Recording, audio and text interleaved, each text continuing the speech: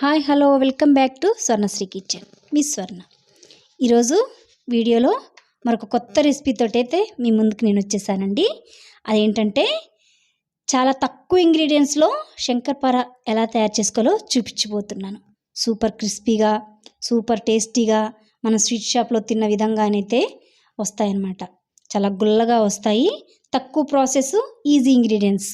మరి వీటిని ఎలా ప్రిపేర్ చేసుకోవాలో రెసిపీలోకి వెళ్ళి చూద్దామా రండి. శంకరపార తయారు చేసుకోవడం కోసం ముందుగా ఒక మిక్సింగ్ బౌల్ తీసుకోవాలి. దాంట్లో మైదా వేసుకోవాలండి. నేనైతే 1.5 కప్పు మైదా వేస్తున్నాను. ఒక అరకప్పు షుగర్ పొడి వేసుకోవాలండి.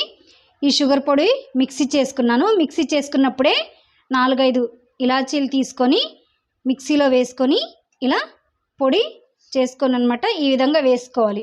1.5 కప్పు మైదాకి 1/2 కప్పు మన షుగర్ తీసుకుంటే మంచిగా సరిపోతుందండి. ఇది 2-3 చిటికెళ్ళు సాల్ట్ వేసుకోవాలి. స్వీటు చేసుకునేటప్పుడు సాల్ట్ వేసుకుంటే రుచి చాలా బాగుంటుందండి. దీంట్లో కూడా ఇలా వేసుకుంటే చాలా రుచి అయితే వస్తుందన్నమాట. మనం వేసుకున్న ఈ షుగరు ఇంకా సాల్ట్ ఈ పిండంతా కలిసేలాగా ఇలా చేతితోటి మనం కలిపేసుకోవాలండి. ఇలా 2-3 స్పూన్లు నెయ్యి వేసుకోవాలి. ఇది మామూలుగా రూమ్ టెంపరేచర్లోనే ఉందండి. ఈ నెయ్యి ఇలా వేసుకోవాలి. ఎంత అనేది క్వాంటిటీ ఉండదండి. నేను చూపిస్తాను. నెయ్యిని ఒక 3-4 స్పూన్లు వేసుకోవాలన్నమాట. ఇట్లా కలుపుకోవాలి. నెయ్యి అంతా ఈ పిండికి కలిసేలాగా మనమైతే వేసుకుంటూ నెయ్యిని కలుపుకోవాలన్నమాట.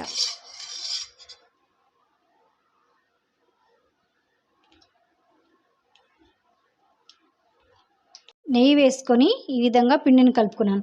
ఎంత నెయ్యి అని మనకు తెలియడం కోసం ఇంకో ఇలా ముద్ద చేస్తే ఈ విధంగా ముద్ద అయ్యేలాగా అంత నెయ్యి వేసుకోవాలి. నాకైతే ఒక 5 స్పూన్లు అయితే పట్టిందండి. ఇట్లా చేసుకుంటే పర్ఫెక్ట్ కొలతలతోటి చాలా బాగా శంకరపార అయితే క్రిస్పీగా కరకరలాడుతూ వస్తాయి అన్నమాట. ఇప్పుడు ఈ పిండిలో కొద్దిగా వాటర్ వేసుకుంటూ మనం మంచి ముద్దలాగా అయితే కలుపుకోవాలి. కొద్దిగా గట్టిగా కలుపుకోండి. ఎందుకంటే షుగర్ వేసాం కాబట్టి అందుకని కొంచెం గట్టిగా కలుపుకుంటే మనం చపాతీ ఒత్తుకునేలాగా మంచిగా ఒత్తుకోవచ్చు అనమాట. ఇలా కొద్దిగా వాటర్ వేసుకుంటూ కలుపుకోండి. అంతా ఇలా వేసుకొని కలుపుకోవాలి. ముద్ద అయిన తర్వాత నేను చూపిస్తానండి. ఇగోండి పిండిని అయితే మంచిగా ముద్దలాగా చేసుకున్నాం అనమాట. చూస్తున్నారు కదా. దీన్ని ఇట్లా చేసేసుకొని దీన్ని ఒక 1/2 అవర్ మూత వేసుకొని పిండిని నాననివ్వాలండి. అప్పుడు మంచి గుల్లగా కరకరలాడుతూ సూపర్గా వస్తాయి అన్నమాట. 1/2 అవర్ తర్వాత చూద్దామండి. పిండి మంచిగా అయితే మనకి చూసారు కదా మస్తుగా వచ్చిందనమాట. ఇట్లా మరొకసారి ఇట్లా కలుపుకొని బాగా ఇట్లా చేసుకోవాలి. ఇప్పుడు దీన్ని ఇవ్వండి మనం ఇలా ఈ పీట మీద వేసుకొని చపాతీ చేసే పీట కానీ ఇంకా కూరగాయలు కట్ చేసేది కానీ ఇలా వేసుకొని ఇలా ఒత్తుకున్న పిండిని మనం 2 పార్ట్స్గా డివైడ్ చేసుకోవాలి. ఇలా చేసేసుకొని ఒక ఉండనేమో ఇలా దీంట్లో వేసుకొని మూత వేసేసుకోవాలండి. ఇలా పెట్టేసుకున్నాక మిగతా ఉంటుంది కదా 2 ఉండలైనవి అనమాట. నాకు ఇలా పెద్దగా తీసేసుకొని ఇట్లా ఈ విధంగా అనుకొని మంచిగా దీన్ని రౌండ్ చేసుకొని ఇప్పుడు కొద్దిగా పొడిపిండి ఉంటే వేసుకోవచ్చు. పొడిపిండి అవసరం లేదండి. ఎందుకంటే మనం మంచిగా నెయ్యి వేసి పిసుకున్నాం కదా పిండిని వస్తాయి అన్నమాట. ఇట్లా ఒకవేళ మీకు ఇట్లా అతుక్కుపోతే అంటే కొంచెం పొడిపిండి వేసుకోండి, పర్వాలేదు.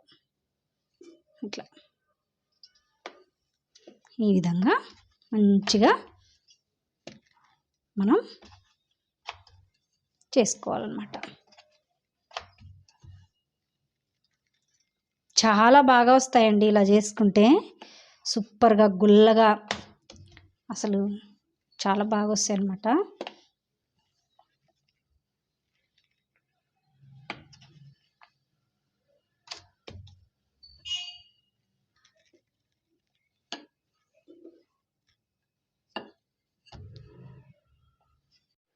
చూసారు కదండి, ఇట్లా రౌండ్గా చేసుకోవాలి. ఇగో ఇలా ఈ విధంగా ఉండాలన్నమాట. మనకి చాలా బాగా వస్తాయి అన్నమాట. ఈ సైజులో ఉండాలి. ఇప్పుడు వీటిని ఇట్లా అడ్జస్ట్ అంతా కట్ చేసుకోవాలండి చాక్ తోటి. ఈ విధంగా ఈ ఎడ్జెస్ట్ని కూడా మళ్ళీ తర్వాత కాల్చుకోవచ్చు అనమాట. మనకి మంచి కరెక్ట్గా రావాలంటే ఇలా అడ్జస్ట్ అంతా తీసేసుకోవాలి. ఒకవేళ చాక్ తోటి కాకుండా మీ దగ్గర పిజ్జా కట్టర్ ఉందనుకో, దాంతోటైనా మీరు కట్ చేసుకోవచ్చు. అది ఇంకా సులభంగా వచ్చేస్తుందండి కట్ చేసుకోవడానికి. ఇలా ఇలా వీళ్ళు చేసుకున్నాయి పక్కకు పెట్టేసుకుందాం.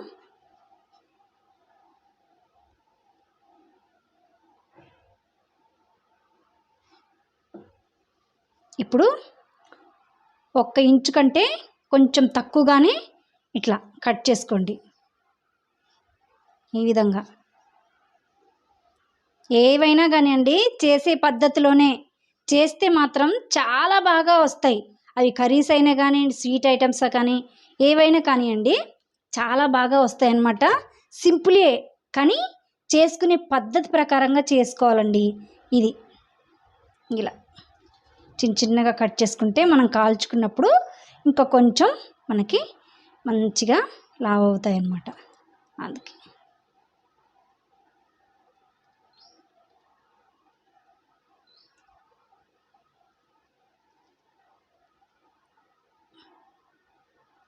పిజ్జా కట్టర్ ఉంటే చాలా ఈజీగా వస్తుందండి. నా దగ్గర లేదు, అందుకని చెప్పేసి ఇలా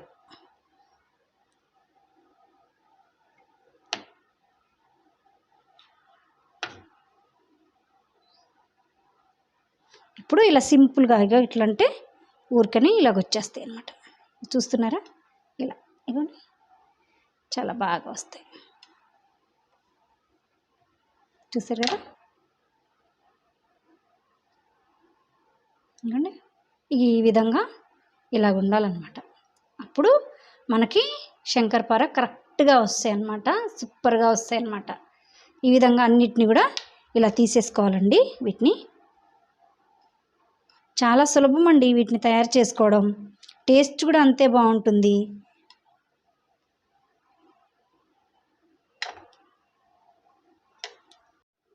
ఇగోండి రెండో ముద్దను కూడా ఈ విధంగానే నేను చేసేసుకుంటున్నాను అనమాట. ఈ విధంగా చేసేసుకొని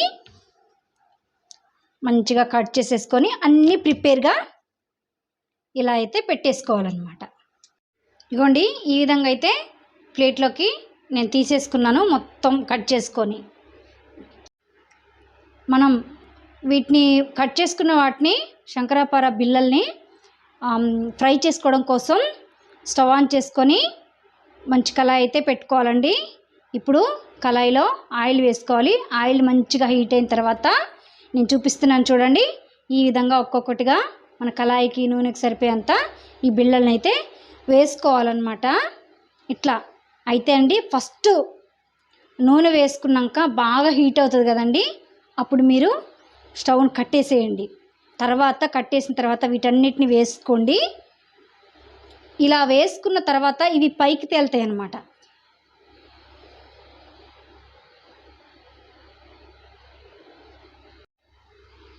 ఇప్పుడు నేను ఆయిల్కి పట్టే అన్ని నేను ఈ బిళ్ళలను అయితే వేసుకున్నానండి. వేసుకున్న తర్వాత స్టవ్ ఆన్ చేసుకొని సిమ్లో అయితే పెట్టుకోండి.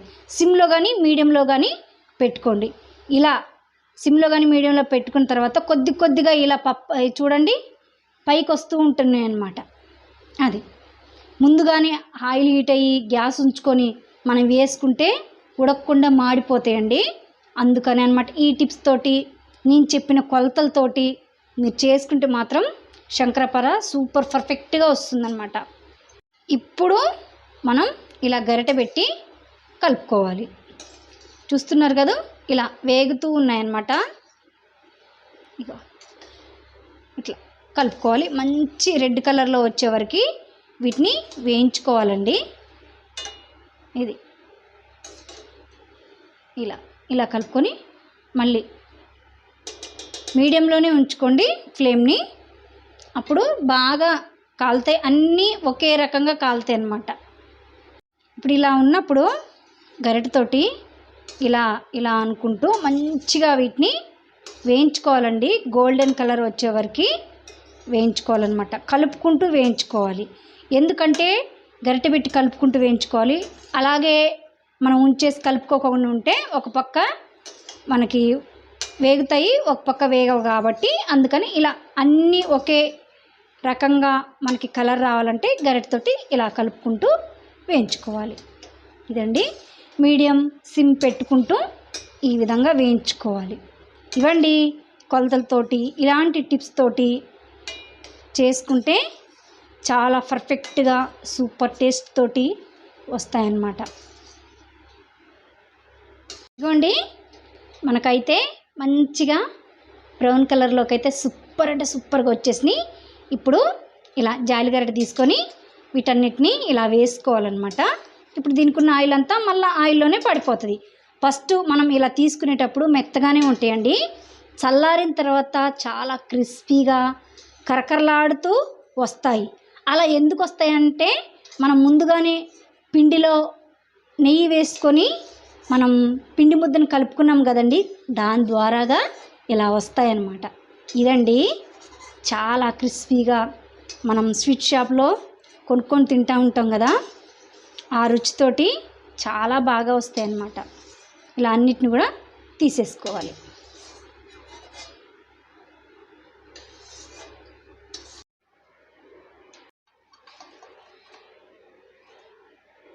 ఇప్పుడు మళ్ళీ స్టవ్ని సిమ్లో పెట్టుకోవాలి, లేకపోతే ఆఫ్ చేసేసేయండి. ఎందుకంటే బాగా హీట్ ఉంటుంది కాబట్టి. ఇప్పుడు మళ్ళీ రెండో వాయి కూడా వేసుకోవాలి. ఇలా వేసుకున్న ఏం కాదండి, ఆయిల్లో వేసుకుంటే ఇవి విడిపోతాయి అన్నమాట. ఇలా అన్నిటిని కూడా మళ్ళీ రెండో వాయిలో కూడా ఇలా వేసుకొని కాల్చేసుకోవాలి.